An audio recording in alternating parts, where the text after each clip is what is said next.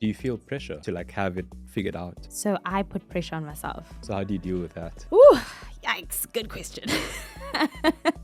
Meet Noni Radebe, an entrepreneur and radio host and producer on GoodHope FM. What attracted you to radio? I was in grade 5 and I was part of this community club that had a gig on UCT Radio like once a week, and I really enjoyed it. It was so fun. Signed up because UCT Radio is a club. I spent about a day in the studio. I was like, this is like the best place in the world. I love it here. Like, I enjoyed that the students were just, speaking freely, connecting with each other, speaking about, how student life is, music as well. I've always been a lover of music. So bringing all those really cool elements together for me was just like great. And then being free and being yourself, chef's kiss. What's one thing you would like to see improve?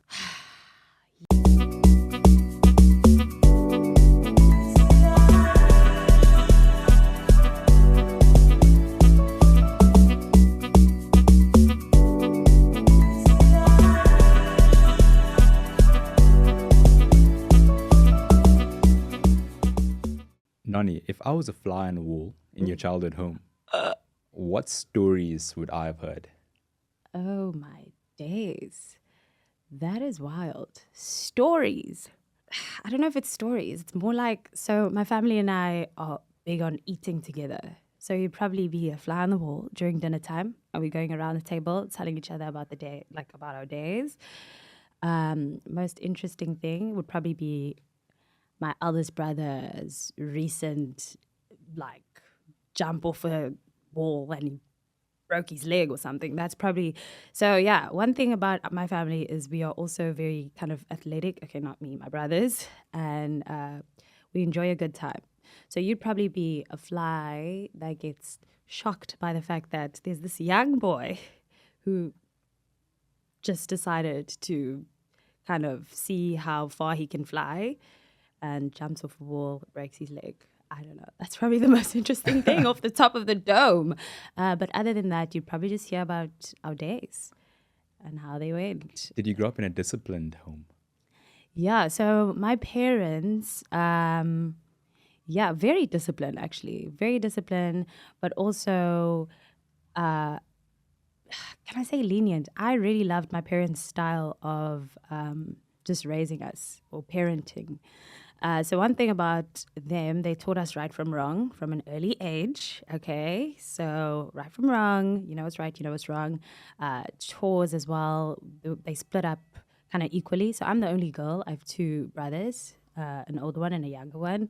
All of us know how to cook. All of us know how to clean. All of us know how to do everything because my parents are like, we're just going to make sure that everyone knows how to do these things and it's not based on like your gender and whatnot. And then towards the end of high school, they started, letting us go out. They'd literally like take my friends and I to, those under 18 parties and just like wait there at the end of the night to take us all home because for them it was more of a, like, we trust you and we know that you wouldn't want to break that trust because that would disappoint us. That was like the best thing in the whole wide world. So yeah, that's essentially their style of disciplining us. Yeah. You made me think about the stat about chores. So I can't remember the exact percentage, but people that did chores in their childhood became more successful than those that did not do chores growing up. I receive. Just hopefully one day in the future. Yeah, I feel like it's something to do with you learning the traits about what it takes to become successful. Yeah, I guess. I think that's what it is. Yeah, and also, chores are, you hate them at the beginning. I'm not going to lie. I did not like doing chores at all, okay? But now I know that I prefer my space clean. I love cooking for people that I love. I just think it's an important part of growing up. And also you can survive on your 100%. own. Do you know what I mean? Yeah. You can make food. So yeah, it's good now. It's like one of those things where they say, you'll understand when you're older. And I get it. Yeah. Back then I didn't get it. I cannot lie. Were you a So, curious yeah. kid?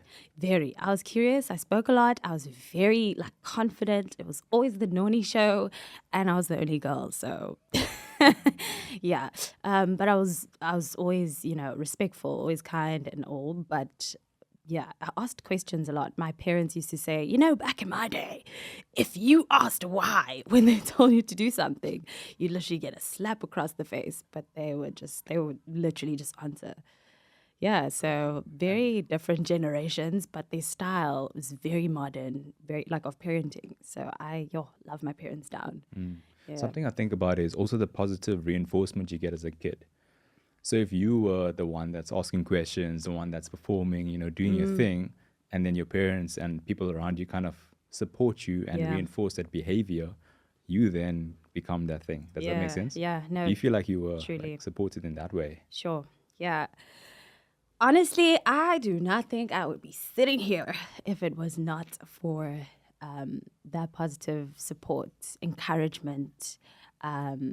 Your so, wow. My parents like went through the ringer for me. At some points, I wanted to be a singer.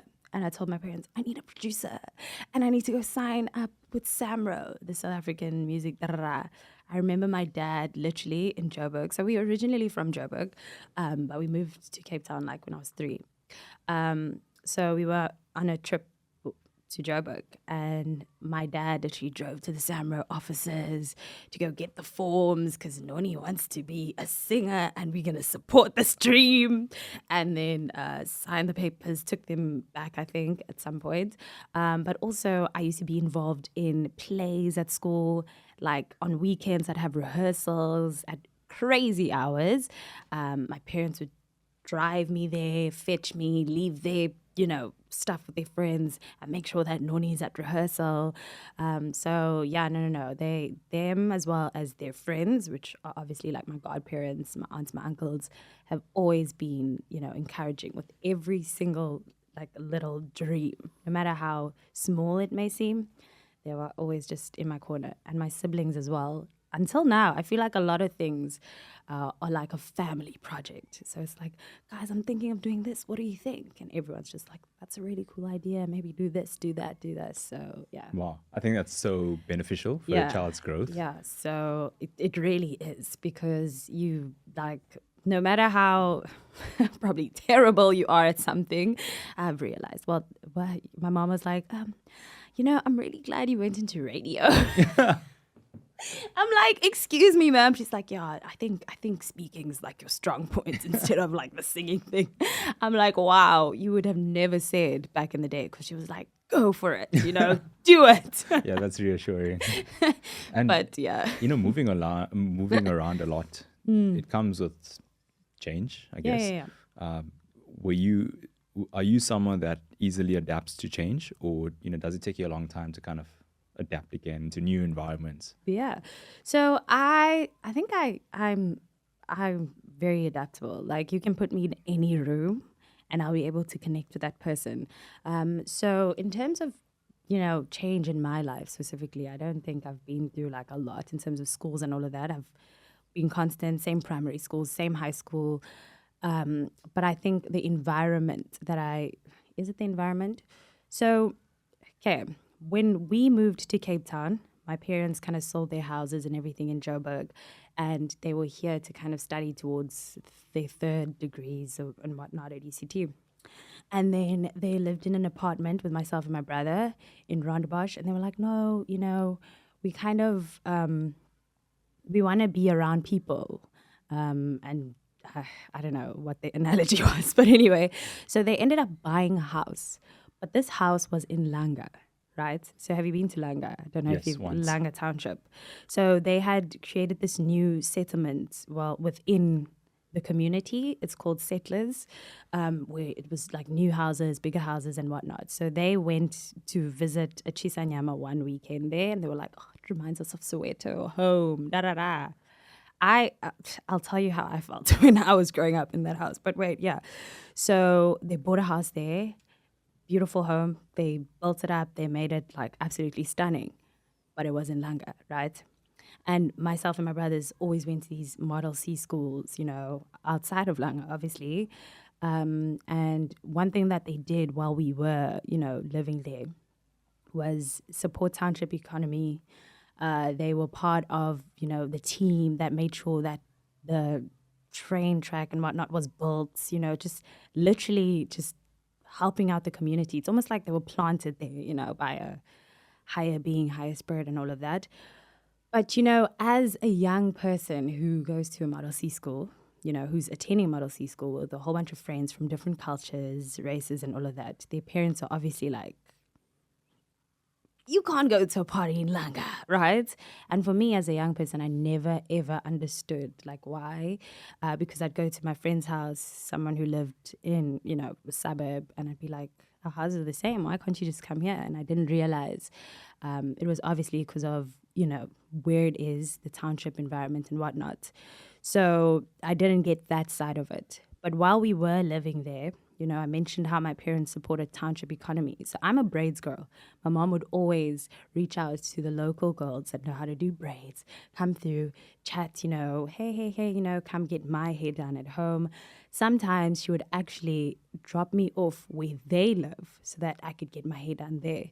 And for me, that was like an eye-opener because it's completely different worlds, completely different ways of thinking as well. So I guess I was exposed to that side of like, how people live. So it's a complete contrast to my friend that lives in Constantia, who I then go and visit, the next day. So that's why I say literally put me in any room and I'll be able to relate, communicate, kind of, yeah. So it was also the reason why I started the whole mentoring thing, but that I think we'll get into a bit later. I know firsthand how overwhelming it can be to start and grow a podcast from scratch. From figuring out your show's concept, deciding between audio or video, learning how to record and edit, to wondering how you'll stand out in a sea of other podcasters out there. That's why I'm super excited to share that I've teamed up with Latitude Podcast Studio and podcast coach and industry pro, Sean Lutz. Whether you're just starting out or looking to take your podcast to the next level, Sean has the tools and experience to help you get there. Head over to SeanLutz.com to book your free call today and make sure you tell Sean that the African CEO sent you. Back to the episode. Yeah, it's super interesting because individuals who perhaps would go through something similar would find that it's difficult because they don't fit in where they live and then they don't fit in the new environment where they're making friends. Yeah. Whereas you felt, you actually... Yeah, so I will tell you, I had a phase, like maybe high school, where I was like, I don't know where I'm at. Am I cosplaying one side and whatnot? And I think my friend group also really helped me a lot with this. So I have like 3 besties, love them down. Throughout high school, they've just always been a constant. But I also, they obviously knew my struggles because I was like, dude, when I go home, I'm just like Noni, but am I the same Noni when I'm here? And I don't know. I reached a point where I was just like, I don't actually care if you are my person and you're meant to be in my life. We're meant to kind of have an encounter. I'm gonna come to you as who I authentically feel like I am. But then when I go back to the township, sometimes I did have a problem with speaking too much English. So there were some people that were just like, what's wrong with you? Like, I can't connect with you, And I think they came to kind of understand where I'm at, and I'd always have someone else, like another friend who obviously speaks a bit better vernac or whatnot with me. If there's something that I am not able to kind of relay, then she'd be able to relay. But this is now specifically when it comes to my group of girls that I mentor. So it's not just like the community in general. It was just girls that I actually wanted to connect with and be able to explain, stuff to. Yeah. So I definitely had that struggle. But I think, I don't know. I've never thought about how I got over it. Honestly, that's why I'm just like, yeah. I came a time where I was like, guys, this is me. And I need to stop questioning it. Is there a time that you remember where you actually went through some kind of self-development process, right? Sure, hectic. And like the context of this question is, for me, it was 2020, COVID. There's time because now everything stops. You're wild. And at the time, everything. at the time, I was running a travel and transportation business, so that was supporting my lifestyle. And then, of course, 2020 hits, everything stops. So now, at the time, I was living with an uncle in close to Stellenbosch. And what else do you do? But now you learn, you read books, you watch videos. And so that's when it kind of started for me to go inward, work on myself, as all these self-development, self-help books say. But it taught me a lot about who I am, what I want for the future, develop my growth mindset of like anything is possible. That was like really the pivotal time for me. Yeah. Before that, I feel like I was just doing things and trying to get by. But yeah, was there an instance like that for you? Yo, can I be honest? I was thinking about this in the mirror this morning. Well, I was looking in the mirror. I was like, I know he's going to ask me a question about, something along these lines. So how did you decide? And, oh my days. Well, I will tell you that to some extent, I feel like, no. So I'm a planner, right? I've always been a planner. I've always known after high school, I'm going to UCT, I'm going to study this. After my bachelor's, I'm doing honors. While I'm doing my honors, I have to somehow get into commercial radio, right? And then I had a block, like after I got into commercial radio, finished my honors, and I was like, what do I do now? Like, do I want to be a semi-corp, corporate girl? Do I want to do radio full-time? Do I want to do da-da-da-da? So I think that happened in 2021 for me. So 2020, actually similar vibes, as in, you had time to develop and da-da-da. But that for me was more career-focused rather than who is Noni, like who are you? What do you do? What are you about? So for me, that definitely happened in 2021 when I landed my first show in commercial radio. That was just after I had kickstarted NRM Media, which was the business. And I was like, okay, now we need to look into how we can also pour into, can I say, this community that raised you. So I've always also had this obligation to, because I've been so privileged, to have access to these spaces, universities, and all of this. I've always felt like I was also placed within this community that my parents decided to live in for a reason. So that's also when I started mentoring a few girls in Langa, joined NGOs and all of that.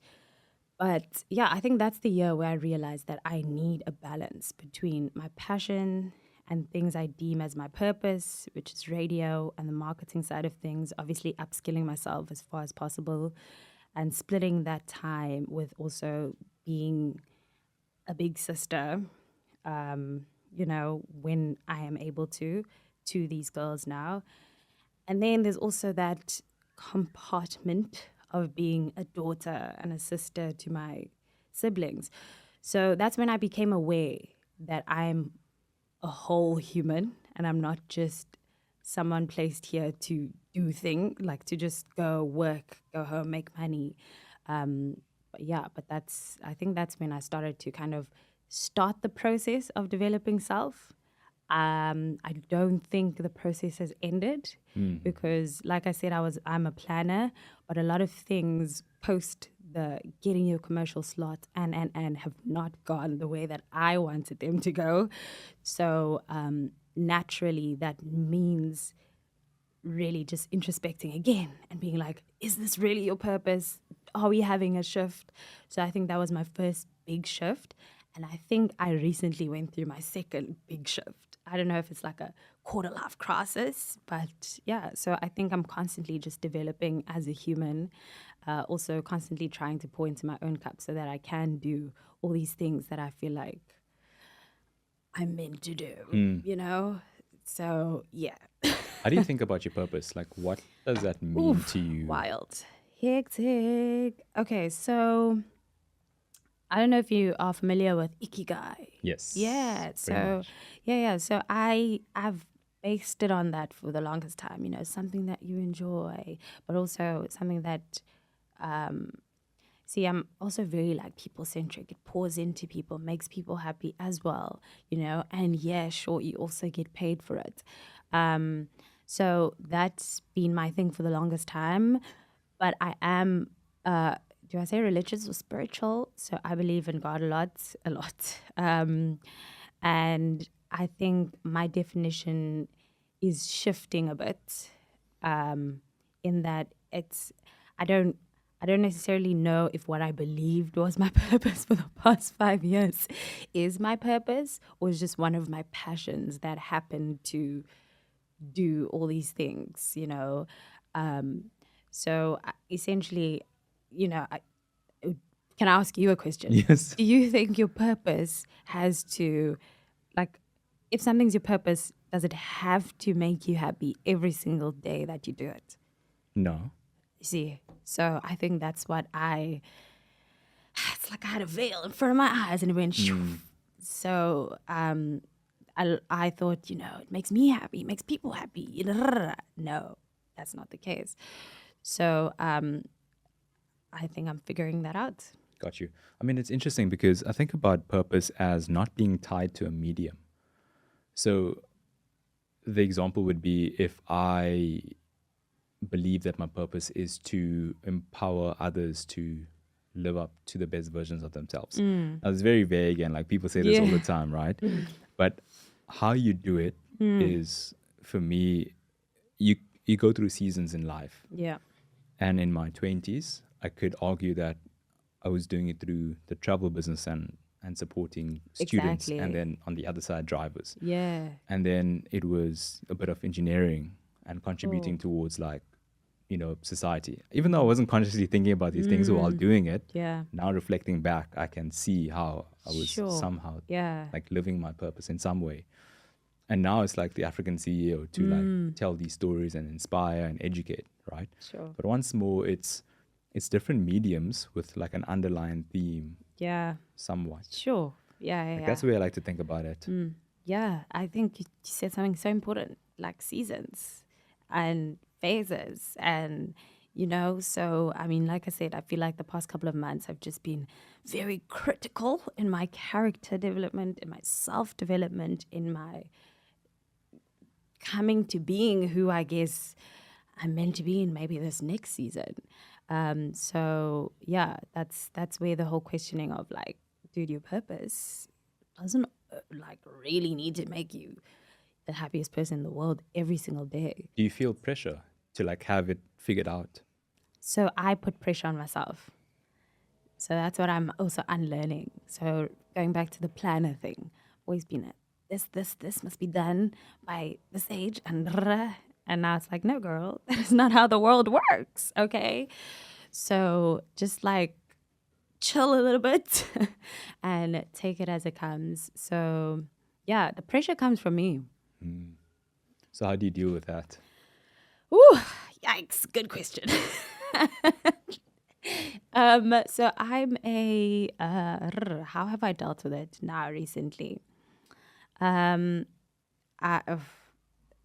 answer would be, just like self-isolate and be like, what is going on? And just like sit, maybe read so that I can escape and then obviously come back to it.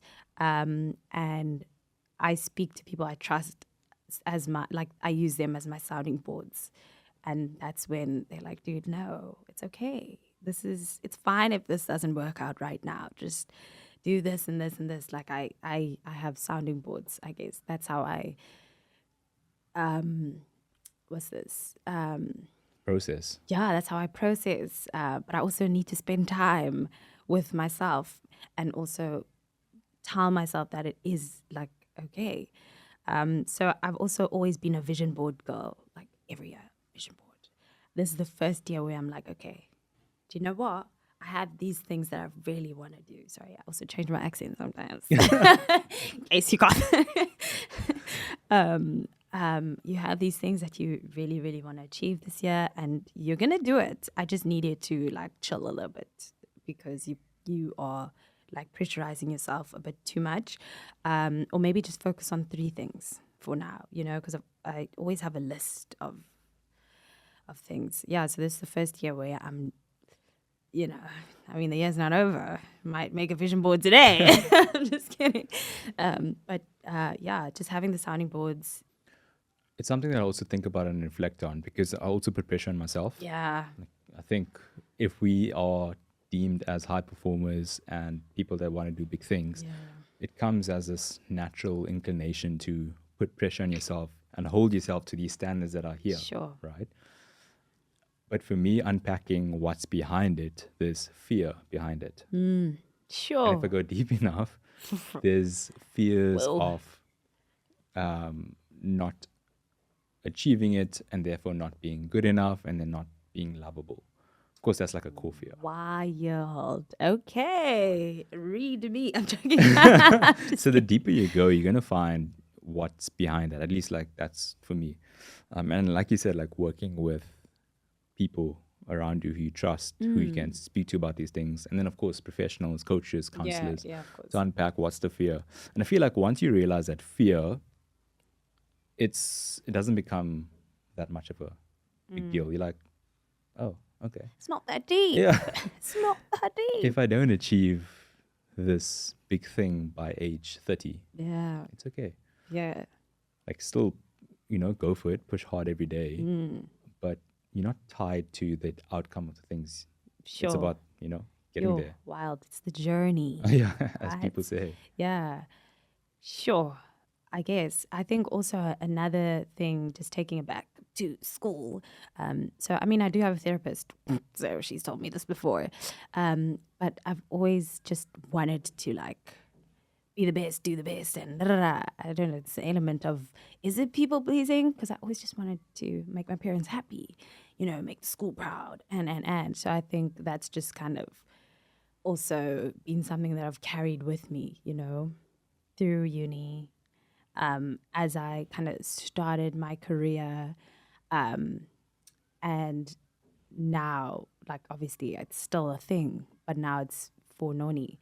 But going back to what you just said, because I've had this conversation with my parents as well, like, guys, I don't know what it is, because sometimes I feel like this, and my therapist did say it has to do with maybe the way that you view yourself, as, if you don't achieve this thing, when you're attached to something, literally what you just said, you seem to believe that, you won't be loved enough, or you're not good enough, or you're not And my parents were like, that has never, ever been the case with us.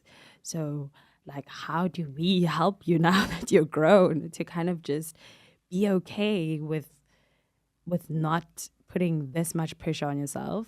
Obviously not saying don't go for your goals. But yeah, so it's just something that I think has been there. I obviously, in my mind, didn't know. I just thought I was being the best kid, And it's like a looming thing that we are unlearning, I guess. 100%. And especially, isn't it also a bit freeing to hear that from your parents directly? So good. Oh, my word. Yes, love them down for that. Thank you. So, they, honestly, I think they were really concerned as well, like, especially last year, because I was like, guys, I don't know what's going on. My mom was like, why? Like, have we ever made you feel like that? And I was like, no, but like, they were like, please, we love you so much. No matter what you do, no matter what you don't do, we will always be there for you. So, yeah. Well, my dad was also there, but yeah.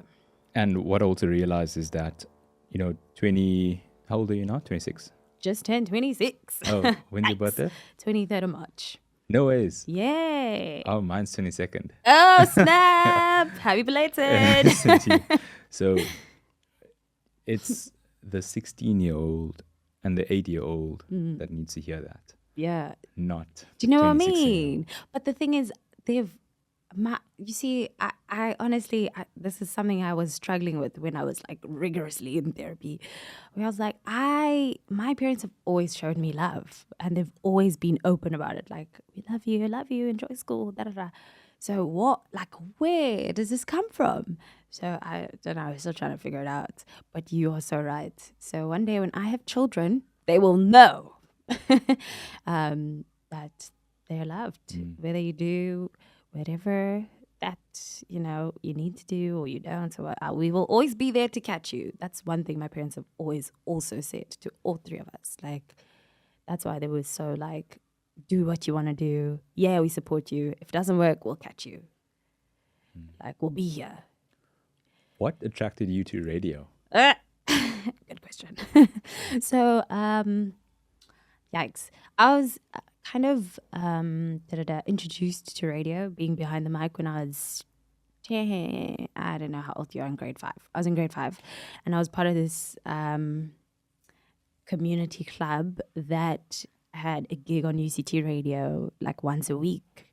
And I really enjoyed it. It was so fun. I did that for a couple of months, and then I had to stop because it was clashing with school. And then, I was really young at that point. So it was fun, but I didn't think I was going to do that forever. So then I went into the whole kind of singing phase of my life. I Stedford phase, poetry phase, all the things that all the artsy kids do. And then towards the end of high school, I was like, I think I want to give kind of radio a chance. We didn't have radio at school. But I knew of UCT Radio, and I knew that I want to go to UCT. Like, there were no second options. I was like, if I'm staying in South Africa, I'm going to UCT. Literally, like, whoa. And then when I went, so first year, signed up because UCT Radio is a club, like it's a society. Signed up. I spent about a day in the studio. I was like, this is like the best place in the world. I love it here. Like, I enjoyed that the students were just, speaking freely, connecting with each other, speaking about, how student life is, music as well. I've always been a lover of music. Like, music makes the world go round. If I make you a playlist, I love you, okay? So bringing all those really cool elements together for me was just like great. And then being free and being yourself, chef's kiss. So I think that's also where I grew as a human, because I was like, well, I can be me behind the mic, and it seems to connect with other people. So that's really cool. And the rest is history. And it also seems that you were exposed to many things at UCT Radio, because I mean, it's kind of, you get to see everything, not just when you're live, but behind the scenes. What did you learn from that environment? Oh my days, that it is hectic. Because at some point I was actually the marketing manager at UCT Radio while I was still a student broadcaster. I learned that first of all, radio people are so cool. No, I'm just kidding. But yeah, that I think something we were talking about of air, brands actually really, back in uni, now things have kind of changed quite a bit in terms of following numbers. But back then, they really just wanted to back the students that were just speaking their mind on air. So at UCT, there's this thing called Jammy Steps. Actually, it's called the Sarah Batman Steps now, where there'd be like activations every week, and brands would pay big money to come and have their activations, and they'd always approach the radio station to be like, yo, they want to bring in our own people, because your radio presenters are just they can communicate to students, So that was really cool. And then obviously the business side of things, I learned quite a bit in terms of, marketing, trade dynamics, but using talent instead of money back then. Obviously things have changed a lot now. What else did I learn? That it is great that we all love radio and we all have these big personalities, but there are clashes sometimes. So I think I also learned quite a bit about people skills from different age ranges, backgrounds, and all. And of course, at the time, then campus DJ search came along. Yes, back to the planner. So, so before I started uni, I said for 3 years, I'm going to do campus radio. And when I'm in my honors year, I don't know how, but I have to get onto commercial radio. Like, it's just got to happen. And then the campus presenter search opened up. And I was like, interesting. But also this happened during COVID. So COVID was a big year. That's when the business started. That's when the competition happened. And it was open, like it was nationwide, like because it was online. So I submitted my entry into the competition, went through a few rounds, and then won the competition. Nice. Absolutely wild. And then that's how I got my first contract with GoodHope FM in 2021. And when you first started at Good Hope, was it what you expected it to be? Well, no, because I started like when a lot of the presenters were actually broadcasting from home because there were still, restrictions. I didn't see my colleagues. But in terms of, that side of things, the social side of things and the people and no. But behind the mic, it felt surreal. It felt so good. And yeah, it was obviously different because now you're speaking to a different crowd altogether. It's not just the students. So it's just understanding and learning the audience. But they were so open and kind and sweet. And yeah, so yes and no. And your current show, or rather a better question to ask is, when you're first starting off, like how much of control did you have over your show and how did that kind of evolve over the years? Sure. So my first show was actually on Sunday nights, 10 to 1 a.m. And Goodness. Yeah, wild, right? Oh. So, I mean, you suggest and they say yes or no. And yeah, I think Good Hope, I think my managers are actually pretty lenient and they're pretty cool. And I think it's a beautiful space to be yours. Like, it's a great platform because they appreciate authenticity. So they actually do want your show to be yours, essentially. So yeah, I had quite a bit of control, especially for someone who's fresh out of campus radio, coming into commercial radio. They gave me quite a bit of creative freedom. Obviously, they were just like, okay, maybe do this like this. But yeah, what was it called? The Night Beat with Noni Radebe. It was so fun. And then I had like a whole bunch of features and I'd ask them to put certain songs on the playlist for me. And then obviously the music team would have to vote if the song was, relevant for the station or matched the kind of the sound of the station. But for the most part... And the time zone. Yeah, and the time. Oh, my days. But for the most part, I think they gave me quite a bit of creative freedom. I appreciate it very much. Yeah, they did. Do you have a creative process? Because I'm sure, like, I know when I started this business, I didn't think that it would be this much work. Yeah, right? Until you actually do pre-production, setup, post-production. Like, it's, oh my goodness. A lot. Like, where does creativity come in when you're running a business, right? So do you have a creative process for the way you go about things? Jeepers. The first word that popped in my mind was chaotic. But, so do I? No. Not like one that's set in stone. No. Also because I enjoy the flow of things.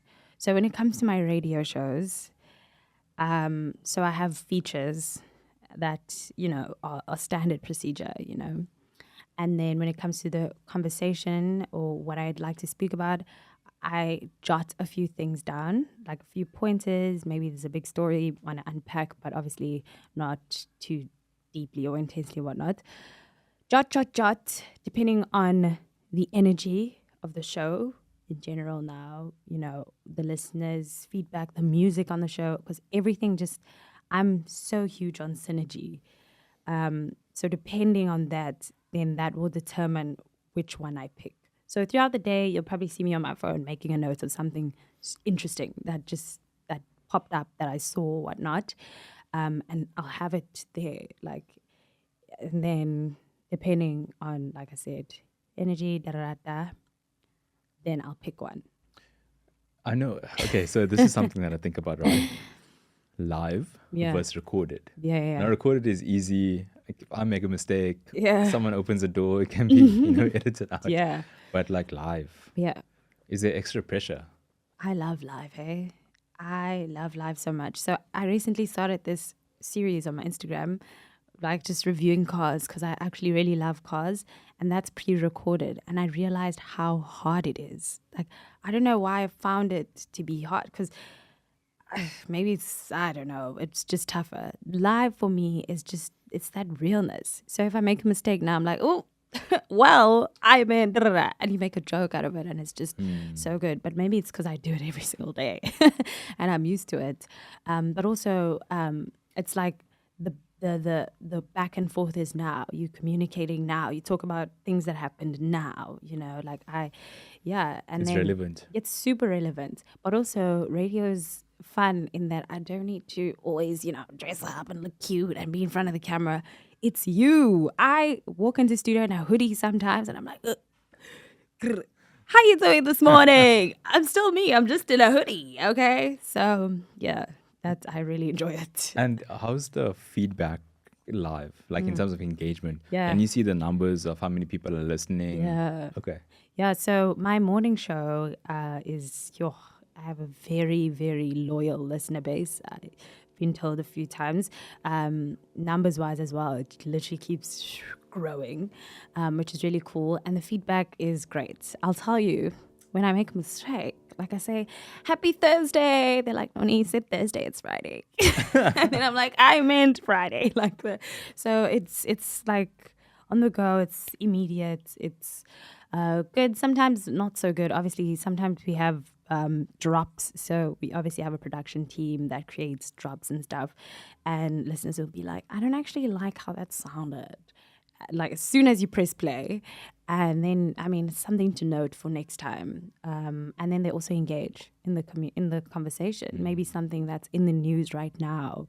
We talk about it right now. So I think it's really cool. You're on the pulse, Got you. And people want to be heard too. And people want to be heard too. Lots of voice notes. Lots of voice notes. And lots of opinions. But that's what makes radio. Yeah, that's what a community is. Yeah. It's not one-sided. That's the thing. It's... Yeah.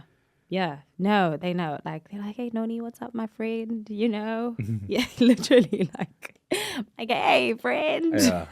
And we were speaking about this before we started recording, but the future of radio.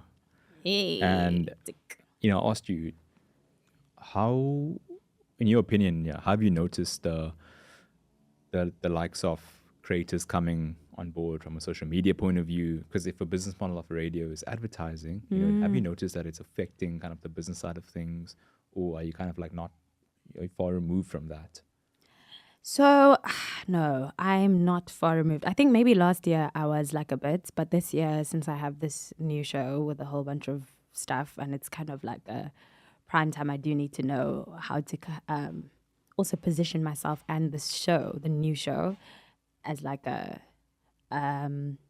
beautiful little thingy that businesses would want to invest in. So, as I told you earlier, how there was a time where I felt as though, radio boss people were going after numbers rather than people who maybe were on radio for a while. But now I think the shift is more towards making sure that on-air talent also has everyone has an individual profile outside of radio. Okay. Personal brand. So that has become something that is important because it's balancing the two. I don't know if that makes sense without being. So I am not blind to it, and I've been made aware of it, that you are talent and you are really good at what you do, but we need money, and this is a business. So you grow your brand as well, so that other businesses and brands can actually invest in maybe your show and what you're doing. And that's great, because that also makes us money. And obviously brands will approach you if you have the numbers, if you relate to whoever it is that they're trying to relate to, if you, I don't know, fit their spec. So that's where we're at. But I'm very happy at the fact that we are in this place with people who actually have a passion for the medium. So it is radio people that are being encouraged to build their brands and, just build their numbers and rather than what initially I feel was happening, where it was just, you have numbers, come, let me give you a mic, speak. So, yeah. Got you. Yeah, I think I'm just thinking about like when I used to listen to radio compared to now, where every time I get into the car and, this is not, don't take this personally. Whoa. Yikes. Okay. Creatives are sensitive, but okay. Go ahead. I would automatically just phone, Bluetooth, car, radio, podcast, or if it's a short drive. Like, to the gym, a pumped up song. Yeah. And then I'm back again, same thing, right? And in the past, when I used to listen to radio, was me resonating with the person and what they're saying. Gareth Cliff, a DJ Fresh.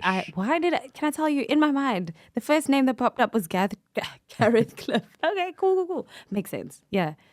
So you feel me? So it's like you said about the personal brand, like your community that you built, they're here for Noni and not really GoodHope. Yeah. That's just my hypothesis. Yeah. That is the case. But also, just in general, in terms of radio, not a lot of young people are listening to radio. That's the fact. And if they are listening to radio, they won't always spend. So something that the business normally says is, yeah, the client can advertise and stuff, but it doesn't mean that the listeners will spend money, or it depends on the show, depends on the age range, and.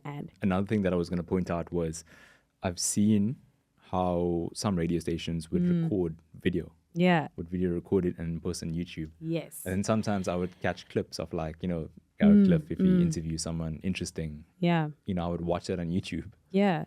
So, I mean, now that's coming back full force. The use of social media is very big nowadays. Because we are a visual society at this point.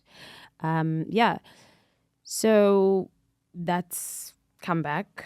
But I don't know, at which point did you stop? So after Gareth Cliff left? No, it was really... So when I told you I was running a business before 2020. Yes. So I was also the driver and the tour guide. So at times I would put on the radio and then just listen to what's going on. So whoever was the DJ at that time, I can't remember who I listened to. But I think I stopped because of the type of content that was being shared. Got you. It's very much about drama. Yeah. And gossip, my days. And I don't really resonate with that. I want to hear about, something cool. At that time, self-development stuff. So then I just put on a podcast. Okay. Yeah. It's so tricky. Yeah, some user feedback. Because it's also changed. Yeah. Thank you for the feedback. It's also changed quite a lot. It's like within the past few years, so much has changed in terms of the on-air talent, in terms of what radio stations are focusing on. And obviously, listeners have a huge opinion. Like you said, people want to be heard. So I think that feedback's also been taken into account to an extent. But it's a very interesting medium.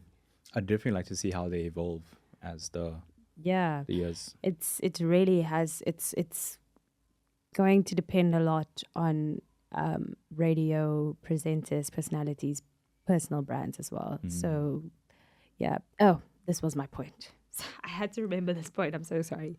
So, you know how I just said it's going to depend on the presenters, the hosts, personal brands. The thing is, or the caveat, is that just because people follow you and they love you on social media, it does not necessarily mean that they'll listen to your show. So I know you like would see clips of Gareth Cliff and you can wait for clip next week and see another short clip, you know. Doesn't mean that you're going to come through and listen, you know, to the whole show. So there are quite a few like challenges, gray areas, challenges that still need to kind of ease of access. Yeah. So if I'm on my phone, I'm not necessarily going to go on a radio app. I'll probably go onto YouTube or social media to find the clips. TikTok. Yeah. Yeah. I don't have TikTok. Oh, yikes. Interesting. No. Really? The business has an account, but not me personally. Oh, okay. Why? When I first went on it, it was very overwhelming. Like just videos. Yeah, it's a lot. And a lot of things that are, you know, doom scrolling as opposed to real value. Sure. And I know that people post real value on there, but I'd rather get that from LinkedIn or X. Yeah. Recently X. Oh, is it? X? Yeah.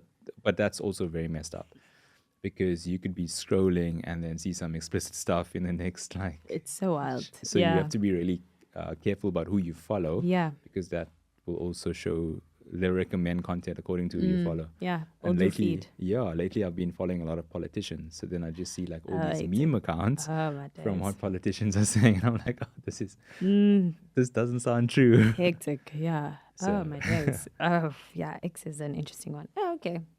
Yeah, but there are quite a few challenges, but I don't think it will ever die because you'll always have a car with a radio. Yeah. And it's just a matter of getting in the car and connecting Bluetooth or getting in the car and listening to the radio. So you have a choice. 100%. But what makes you choose radio? We are still figuring that out. Yeah. Now that you've mentioned we'll always have a car with a radio, questionable. Because if you look at an airplane, right? Oh, snap. Look at an airplane that has these pre-recorded things there. Oh, yeah. One of the podcasts that I watched is Diary of a CEO, right? Huge inspiration for me. Yeah. Oh, so cool, yeah. Now, on an airplane, I think it's Emirates, you can watch the Diary of a CEO episode. Oh, snap. Now, That's it's not just movies and series, but it's actually podcasts. Wow. Podcasts are really taking over. Now I feel like future cars. Oh, okay. I was going to, okay. You're right. They might Built-in. just have built-in podcasts. Wi-Fi on board. That is wild. That would completely annihilate radio. I don't think they'd want to do that. Come on. They'd probably still have like a channel for radio stations. Yeah, it may sound like I'm against radio. I'm not. No. It's just I'm thinking about. You're being a realist. Yeah. These are real questions because we also speak about them as people in the industry. Like, how do we get young people to listen to the radio again? Because, in all honesty, a lot of young people don't. If I look at my group of friends, not a lot of them listen to the radio. We have playlists curated. We have podcasts, like you said, you know. So, yeah, it's finding the right... Yeah. But you can share all my ideas with GoodHope and then I'll just send my services back. I'll send them this podcast and then you can send them your invoice. Speaking about social media, so you also help businesses. Like you started off, you told me that you helped brick and mortar stores to essentially digitize and also help them grow, you know, using SEO. Yeah.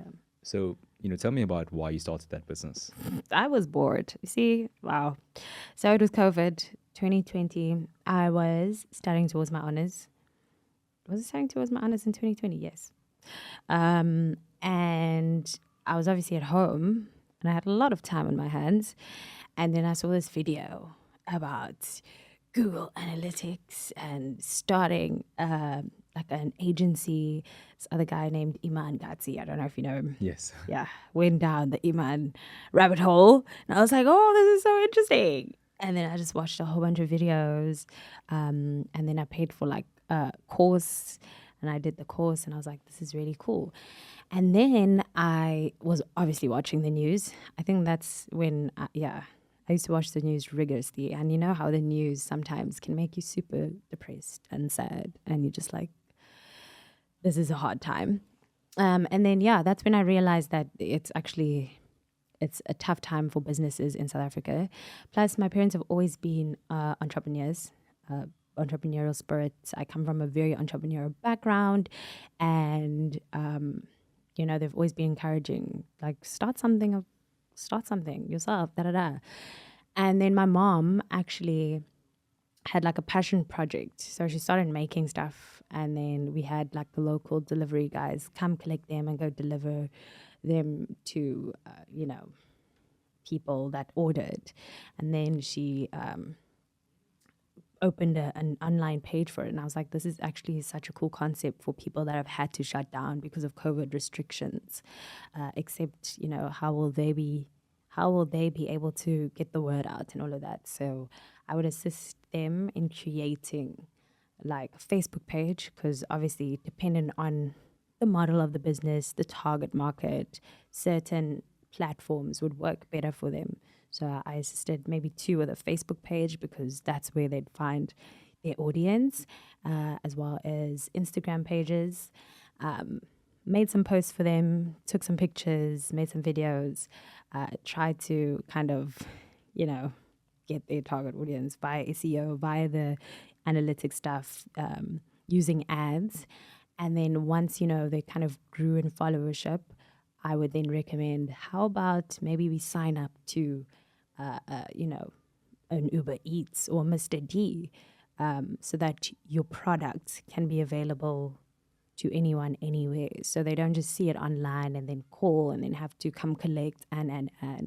So I would assist them with onboarding on those 2 platforms. And yeah, so essentially I started it because I saw that we have a huge problem. And first of all, people aren't getting what they want food-wise or service-wise, but also business owners are, they weren't in the know on how to, better their marketing and use the resources that are available during this tough time. So a lot of people started losing money. A lot of people, COVID was a tough time on everyone. So I just was bored and I wanted to help out and make a bit of cash and learn a new skill. And that's what I did. Wow. What do you want that business to be? Do you want to actually grow it to... You're wild, interesting. Because when we was talking about this, I said, I think I've pivoted a bit.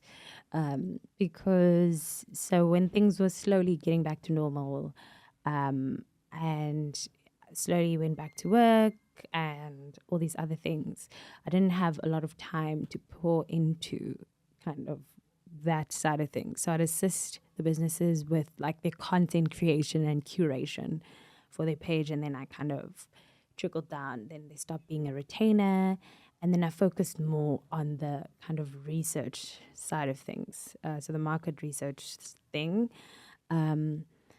So I don't know right now. I still do it all, still available if like one of my old clients or a new client wants to come on board, but I'm not necessarily pushing for it right now because I'm not sure if that's what I want to focus on when it comes to NRM media. There are like other things, other goals. I mean, they can all work together at once, but right now, not really focusing on the SEO side of things, right? Yeah. Got you. So of course, there's your shows that you have on a on a daily basis. Yeah. And of course on a weekend now. And then there's the the marketing company, and then there's also the mentoring and NGOs that you support and help with. So firstly, walk me through the NGO work that you do and the mentorship that you provide. So in 2020, 2021, when I started mentoring a group of girls in Langa under the Girl Up banner. So Girl Up is basically kind of a subdivision of the United Nations. They have groups worldwide. So I work with this NGO called Ituba. Well, I worked with the NGO. Now I'm part of the board, youngest member actually. Congrats. Thank you very much. Part of this NGO, and they have girls, and they were like, we know that you're into this kind of thing, and I was like, sign me up. So essentially, wait, I should probably start with what the NGO does. So I'm an advocate for education, love it down, and STEM to be specific. So science, tech, maths, So Ituba focuses on STEM, right? So they tutor and mentor. I'm going to say mentor like this because it's like after school, just mentorship programs and a whole bunch of children in different communities. So Langa Township is probably the biggest. So different primary schools there attend workshops with them. We bring in, saying they, but we we have collaborations with unis and schools overseas that kind of donate, and we have robotics clubs and all of this. So within the group, we have a bunch of girls, right? Young girls in primary school, some of them in high school, some have just started high school. And so those girls come from very different backgrounds. So earlier I mentioned how me growing up in Langa exposed me to different, people from different backgrounds and da-da-da. So something that I've always been passionate about is changing the train of thought. Not changing, but like shifting the narrative. Shifting the narrative and exposing young girls to what can be, and that this is not it. It's actually that's what my honors was about. My dissertation had to do with that kind of stuff and women empowerment. So I wanted to do that on a ground level, like while she's young, while she can dream, while she can see that I'm here. I grew up here as well, and I was able to go to UCT. You can do it too. And I just wanted to be a big sister because I didn't have a sister. And then, I took on the role and absolutely loved it. Still am a mentor. Meet up with the girls. Back then, because I had uni as well, I'd meet up with them every second week Saturday morning. We'd spend like the day. We'd build stuff. We'd talk. We'd like walk. Yeah, it's like a literally sisterly kind of bond. And role any models, questions, role models, sister. So even now, like, I also have a lot of female cousins, but they're all in Joburg, like girl cousins. So it goes beyond, I think, girl up and Ituba. It also goes within the family, and I've just always wanted to be a big sis. How do you find the balance between everything that you're doing? Balance? Plus, plus social life, family responsibilities, friendships. I used to tell my parents while I was in high school, I think I'm doing all these things because it's practice for when I'm older. I literally always had a jam-packed diary. And I don't know how I make it work. My people understand me, and when I want to make time for something, I make time for it. That's honestly that's the simple way of putting it. So I just try and make sure my things don't clash. Got you. I think an important thing is not feeling like you are spread too thin. I think that's what happens to me. And then I need to just reassess, okay, cool. Yeah. What are my priorities? Firstly, what are my values? And ensuring that, I'm prioritizing the values and living them. Yeah. So when I do feel like I'm spread too thin, I take time out. I'm a huge time outer. Hey, oh my days. Oh, you to time out, please. I just need some time to be with self as well. I do get overwhelmed because I do work with people a lot as well. And then I'm very empathetic. So sometimes when I talk to my girls and then I feel like something so hectic has happened, it becomes my problem, which is also another reason why I have therapists, because I'm like, oh my gosh, how do I fix this? And you can't fix everything, right? So time out and then come back. Well, note things down, prioritize, but have it on paper, like what's first, what's second, what's third, to just regroup. yeah, so I have a lot of meetings with self. Yeah, I think the awareness around that is really important. I think that's the first step. It's just being aware about what you are doing and how you're feeling. And yeah, I'm literally speaking to myself right now. Yay! We live and we learn. The last part of the podcast is called the Fast Fire. Oh. So I'm going to ask you these quick questions, and if you could answer in a word or a short sentence, that would be amazing. What's a contrarian truth that you believe to be true? Can I say the world is round? That's so... Everyone says that, probably. But my first thought is the world is round. Cool. Yikes. Okay, we're expecting another one. No? No. No expectations, I accept. Oh, are you a flat earther? No, The earth is round. Oh, I thought you were a flat earther. Yeah, okay, the earth is No, that's not what I meant. Yeah, the earth is round. Your goodness, I don't think I ever met someone who believes that the earth is flat. Really? Yeah. Oh, I've met a few. I think I was with one like last weekend. Yes, my friend's boyfriend. She was like, no. I was like, sir. And he was being serious. Yeah, that's weird. Maybe he was just like saying it out of spite. Because the earth is round. If you could make one rule that everyone has to follow, what would that one rule be? Be kind. Nice. Oh, this is a good one.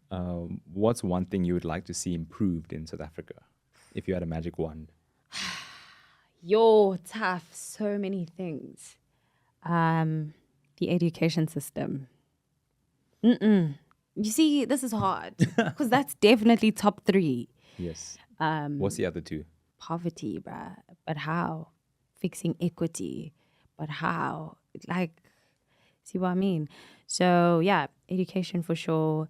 But yeah, I'm huge, obviously, like when it comes to education, that encompasses everything from school to how to treat each other to, like, sorry, I'm going to explain it clearly.